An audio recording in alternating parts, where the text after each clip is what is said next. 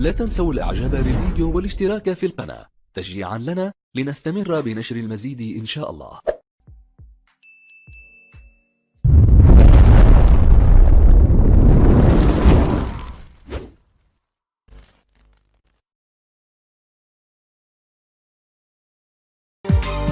Directly targeting the muscle and keeping tension throughout.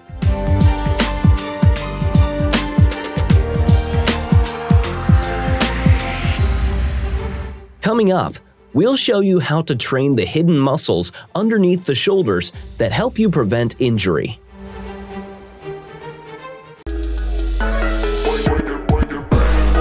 The rear delt is an often neglected muscle, but it's especially important for creating a balance with your front delt and making your shoulders really pop for a complete 3D look.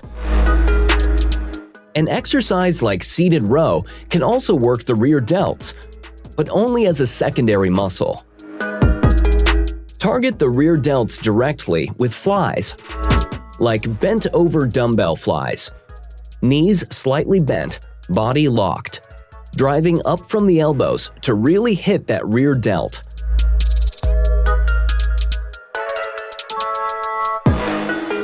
And as you're bent over, elbows can come higher than the shoulders on this one.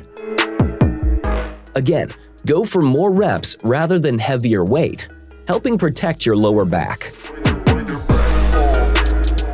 The seated version will create more stability in the lower body, allowing you a greater mind-muscle connection as you hit that rear delt. And there's also an option to use an incline bench for the same movement. This version lets you set the best angle for targeting that rear delt muscle while protecting the lower back. All these exercises are using dumbbells as opposed to a bar, allowing you to pull the elbows out to the sides for a better contraction on the rear delt. But our best hack for rear delts is to use the machine fly, but in reverse. This exercise lets you target the muscle directly, while again, protecting your lower back. But when it comes to preventing injury, there's another set of hacks that are more important than anything we've shown you so far, and they're about the hidden muscles under your shoulder.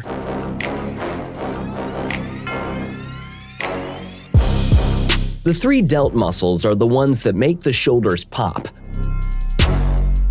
But underneath them, there's a set of muscles called rotator cuffs that support all the different shoulder movements. Ignoring them can not only prevent growth, it could lead to injuries, which will mess up your whole upper body training. That's why a proper warm-up is always essential before any shoulder exercise. But there are also specific exercises you can use to work the different muscles of the rotator cuff. This is called the full can. Shoulders down, shoulder blades pinned back. Raising a light weight to head height.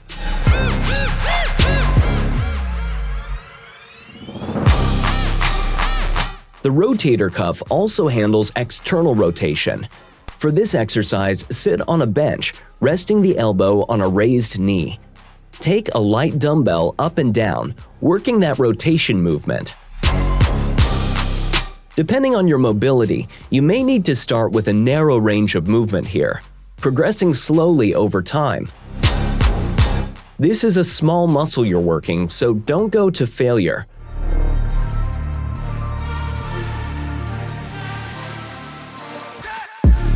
So far, we've recommended pressing movements for front delts, raises for middle delts, and flies for rear delts.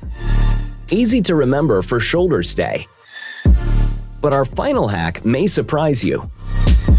Because shoulders work so differently to other body parts, it's okay to take a different approach to training them. Front delts are already going to work on chest day. Your back day will also be working rear delts. So, when you're planning your training week, it's always an option to forget shoulders day altogether. Instead, create a pull day for back and rear delts. using an exercise like machine row to work a whole range of muscles in the back.